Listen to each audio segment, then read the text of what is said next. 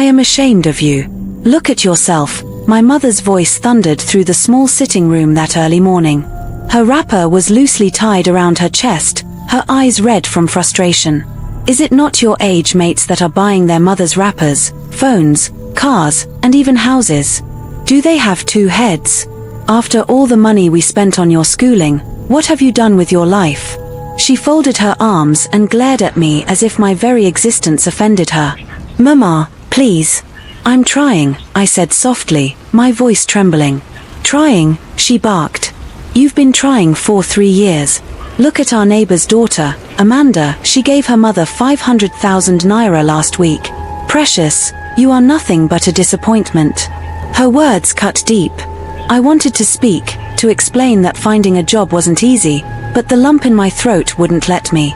My name is Precious, and yes, I graduated from Lagos State University 3 years ago. I was only 23 then, young, hopeful, and full of dreams. I thought the world would open its doors for me. But 3 years later, all I had were rejection emails, unpaid internship offers, and a mother who saw me as a failure. As she kept talking, my mind drifted. I looked at the mirror across the room. I'm tall, 6 feet, and slim, with curves people often notice. My light skin and brown eyes used to make me confident. I believed beauty and brains would open doors. But reality proved me wrong. Mama, I whispered, blinking back tears. Do you think I don't want to help you? I've been applying for jobs. I even went for interviews in Ikeja and Lekki, but they always say we'll get back to you. She hissed loudly. Excuses. You're waiting for miracle job. Better go and find something useful to do before hunger kills us both. I bit my lip. If only she knew how many nights I cried myself to sleep, how many times I almost gave up. My elder brother, Emmanuel, left home years ago after his graduation. He now lives in Abuja. People say he's into Yahoo internet fraud. Mama used to brag about him until he stopped sending money. He doesn't call, doesn't visit. Sometimes I think she now sees me as the replacement that failed to deliver.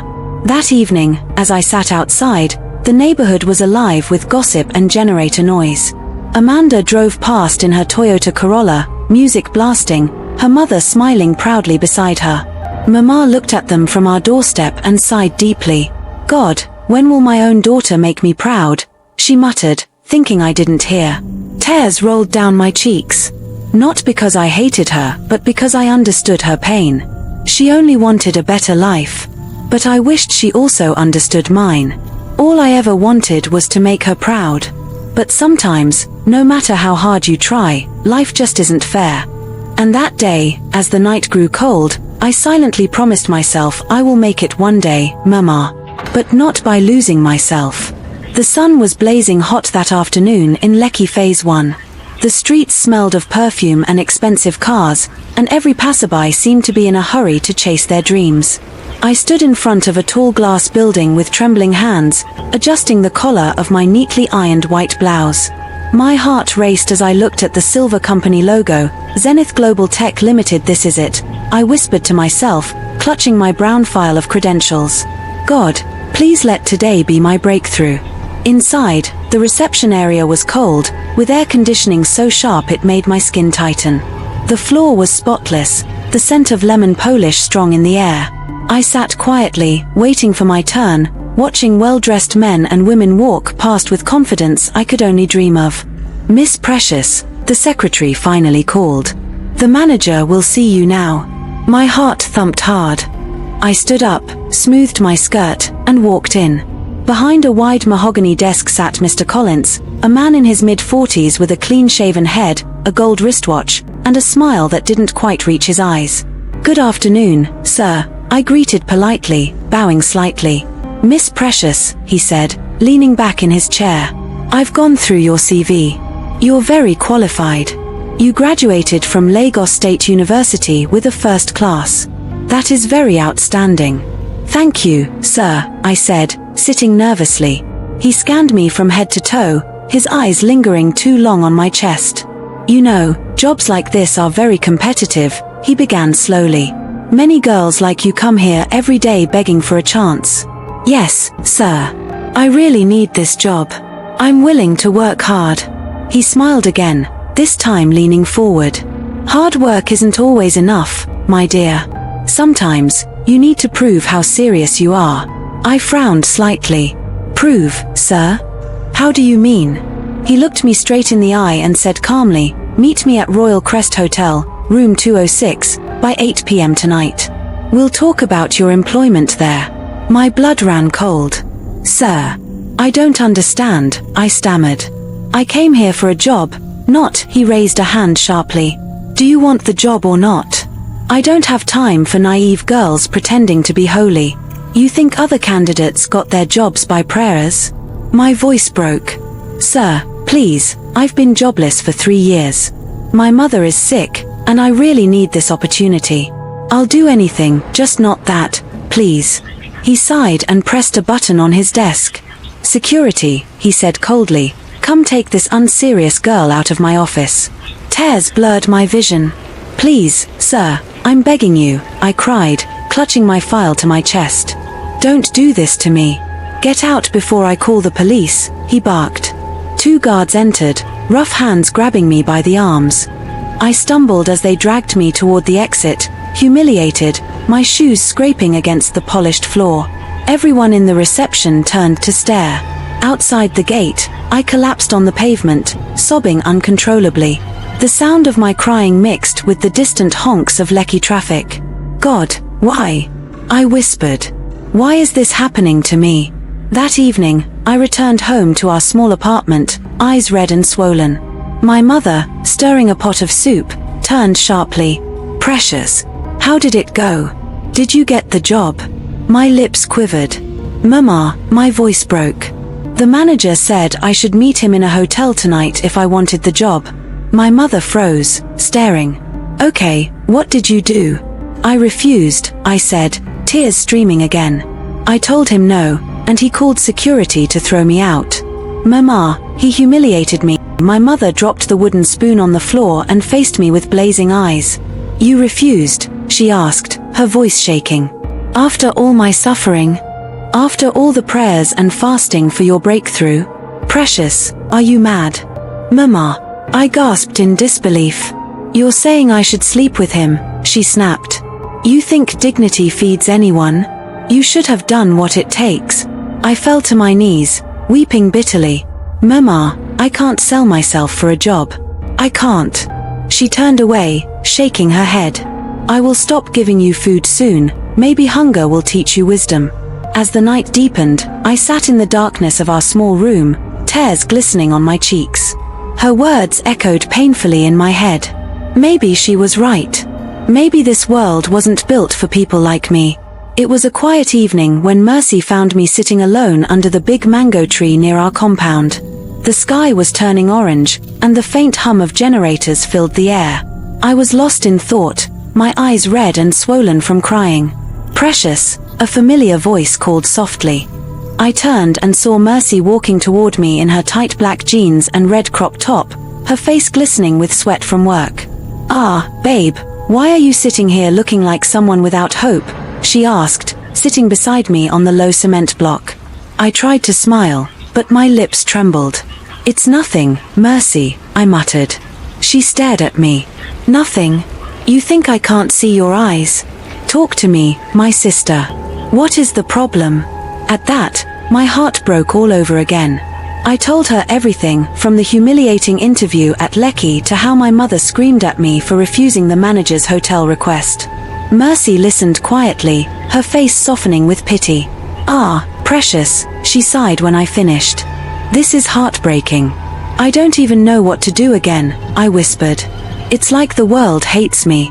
She tapped my shoulder gently. See, don't cry again. My Madam Cash owns one bar where I work. I will talk to her and see if she can employ you. At least, you will be able to get small money to take care of yourself. I looked up at her, surprised. You'd really do that for me? She smiled. Of course. What are friends for?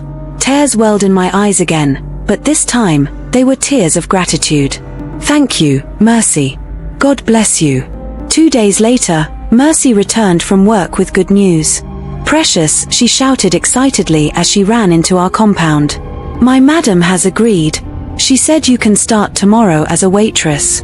I hugged her tightly. Thank you, Mercy. I don't even know how to repay you. Just work well, she said, grinning. Don't dull yourself. The next day, I started work at Madam Cash Bar, a noisy, dimly lit place filled with cigarette smoke, loud music, and laughter. The smell of beer mixed with pepper soup and sweat. I tied my apron around my waist and began serving customers, careful not to spill anything. At first, I was shy, but the men quickly noticed me. They stared openly, whispering and calling me fine girl. Some winked when I passed, others tried to touch my hand. Fine girl, come sit with me, one man would say. Another would grin, you go follow me go club after work. I always smiled politely and said, sorry, sir, I don't have time, I'm always busy. This went on for 3 weeks. Every night, the bar buzzed with drunk laughter and loud Afrobeat music. Some of the men tipped me well despite my refusals, while others hissed when I ignored them. One night, during a busy Friday shift, Mercy leaned close and whispered, babe, don't be angry, but I have to tell you, you're too uptight. All these men here asking you out are the ones that give big tips. That's how I make my money. Just smile more. I shook my head. Mercy, I can't. I'm not like that. She rolled her eyes. You are too holy. That is why you still trek. That same night, something happened. I was serving a group of men who were already drunk and noisy. One of them, a bald man with gold teeth, reached out and smacked my backside hard as I bent to place his beer on the table. My heart exploded in anger. Before I knew it, my palm landed across his cheek with a loud ph. The music stopped. Everyone turned. The man stood up furiously. You slapped me. You, this small girl. Do you know who I am? Madam Cash came rushing out. What is going on here? He slapped me. I shouted, tears already stinging my eyes. She's lying, the man barked. I was just joking with her. Madam Cash turned to me, eyes blazing. Precious. You, this pretender. I warned you. You think this is church work? You're driving my customers away, right? Madam, he touched me. I cried. Out of my bar, she screamed. Carry your bag and leave. I don't want Virgin Mary here. I stood frozen as laughter filled the bar. Mercy avoided my eyes. Shame and pain swallowed me whole. That night, when I told Mama what happened, she was furious. So because a man touched you small, you slapped him, she scolded. You don't have sense. You are not a sharp girl at all. You think life is fair. See Mercy, she uses her head. That's why she brings money home. Mama, he disrespected me. I sobbed. Respect, don't buy food, she shouted back. I cried the entire night, clutching my pillow, my chest burning. Maybe being a good girl in this world only brought pain. Every day after I lost my job at Madam Cash Bar, things at home got worse. Mama barely looked at me anymore. If she did, it was only to scold or mock me. One afternoon, I was in the kitchen, dishing a small portion of rice from the pot. I hadn't eaten all day. As I was about to cover the pot, Mama's voice sliced through the air like a knife. So, you still have mouth to eat my food, she snapped from the doorway. You think food grows on trees? Go and find money, Precious. Stop wasting what I cook. Mama, I'm hungry, I whispered, my hands trembling. She laughed bitterly. Hungry? Hungry girl, go and find a job. I'm tired of feeding a grown woman that brings nothing home. Even Mercy, your mate, has bought land and started building on it. Her words burned deep into my heart. Each bite of rice felt like sand in my mouth. From that day, every time I entered the kitchen, Mama would make a scene, calling me lazy, useless, and cursed. One evening, after she publicly humiliated me before neighbors, I couldn't take it anymore. That night, I packed my small bag, waited until she slept, and quietly slipped out. Tears blurred my eyes as I whispered to myself, I'm sorry, Mama. I just want peace. I boarded a night bus to Abuja, where my brother Emmanuel lived. I hadn't seen him in years, but I had no one else. The journey was long and cold. By dawn, I arrived dusty, tired and scared. Emmanuel's apartment was in a serene part of central area, a beautiful 3-bedroom flat with a balcony and shiny tiles. He was surprised when he saw me at the door. "Precious," he exclaimed, pulling me into a hug. "You look so thin. Why didn't you call first?" Tears filled my eyes. "Berktha Emmanuel, I have gone through a lot. I had nowhere else to go." He smiled kindly. "You'll stay here with me, okay? Don't worry." But his girlfriend, Sasha, wasn't pleased. From the first day, her coldness stung. She was tall, light-skinned, with long braids and sharp eyes that seemed to measure me like a threat. Whenever Emmanuel left for work, Sasha changed. "Precious," she'd say, tossing a pile of dirty clothes at me. "Make sure you wash those before evening. And clean the bathroom too." "Yes, Ma," I'd murmur, swallowing my pride. Days turned into weeks, and her wickedness grew. Sometimes, she'd intentionally pour juice on the floor just to make me clean again. She made me sleep on a small mat near the kitchen one week when Brother Emmanuel traveled, saying her visitors needed the guest room. I endured in silence because I didn't want to cause problems between her and my brother. But when she slapped me one morning for accidentally breaking a glass cup, something inside me broke too. That evening, I packed my few belongings and left. I didn't know where to go, but fate led me to Lily, a girl I'd met during one of my errands. She was warm, pretty, and spoke softly. When I told her I had nowhere to stay, she smiled. "You can stay with me for now," she said. When I stepped into her apartment, I froze. Everything glowed: the gold curtains, glass center table, a massive TV, perfumes lined on the dresser. "Lily, this place is beautiful," I said in awe. "How do you afford all this?" She laughed lightly, flipping her wig. "Let's just say I have rich friends." "Teach me," I begged. "Please, I want to make something of myself." "Ah, it is not easy at all," she teased. But I kept asking. Until one night, she said it plainly. "I have rich dads, married men who pay me for keeping them company. That's how I live this way." I froze. "Lily, that's wrong." She shrugged. "Then stay broke." When I hesitated, she frowned. "If you won't join, you can't live here. I can't be doing something wrong to feed you." I looked around at the comfort, at the food, at my empty life. Then I nodded slowly. "Okay, teach me." And she did. Within months, I met wealthy men who showered me with cash, phones, and gifts. I started sending Mama money and even bought her new wrappers and a big fridge. She never asked how I got the money. She only said, "Finally, my daughter is making me proud." A year passed. My body changed. I began losing weight fast. My skin turned pale, my appetite disappeared. I thought it was stress until I fell sick one morning after visiting a client. The doctor's words still echo in my ears. "You're HIV positive, Miss Precious. And you also have other sexually transmitted infections." The world stopped spinning. I sat frozen, staring at the paper in my trembling hands. My throat burned as silent tears rolled down my cheeks. When I told Lily, she covered her mouth. "Oh my God, Precious. I'm so sorry." But sorry couldn't heal me. I left Abuja quietly and went back home. Mama screamed when she saw me, not from joy, but shock. I was thin, my cheekbones sharp, my eyes hollow. She began crying when I told her the truth. "Mama," I said weakly, "I just wanted to make you proud." "My daughter," she sobbed, holding my frail hands, "I'm sorry, I didn't know. I pushed you too hard. Please forgive me." Even with medication, my health worsened. Some days, I couldn't get up from bed. My hair began to fall out. My lips cracked from dryness. One night, I woke up struggling to breathe. Mama rushed to my side, shaking me. "Precious, stay with me, please." The next thing I remember was the cold touch of hospital sheets and the smell of disinfectant. Mama was at my bedside, weeping uncontrollably. "God, don't take her from me," she cried, clutching my hand. "Punish me instead. Please." I looked at her through blurry eyes, a weak smile forming. "Mama, it's okay. I forgive you." Her cry grew louder. "No, my child. Please, don't go." My chest rose and fell slowly.